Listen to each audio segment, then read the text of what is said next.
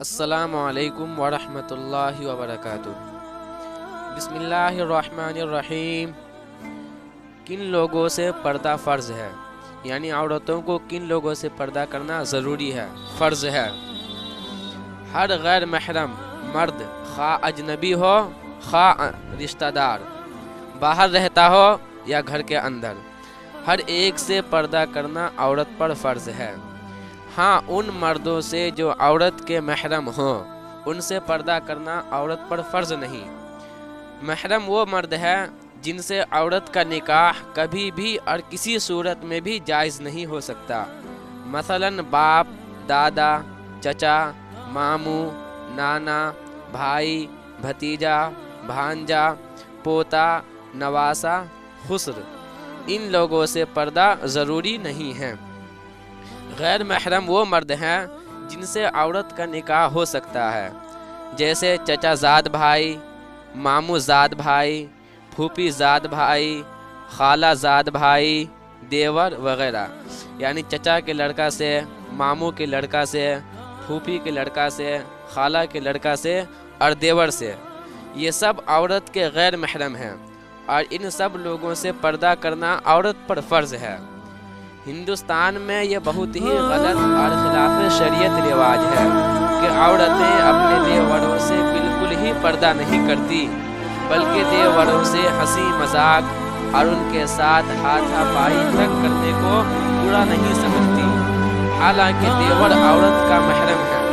اس لیے تمام دوسرے غیر محرم مردوں کی طرح عورتوں کو دیوروں سے بھی پردہ کرنا فرض ہے، بلکہ حدیث شریف میں تو یہاں تک پردہ کی تاکید ہے کہ الحم الموت، یعنی دیور عورت کے حق میں ایسا ہی خطرناک ہے جیسے موت، اور عورت کو دیور سے اسی طرح دور بھاگنا چاہیے جس طرح لوگ موت سے بھاگتے ہیں۔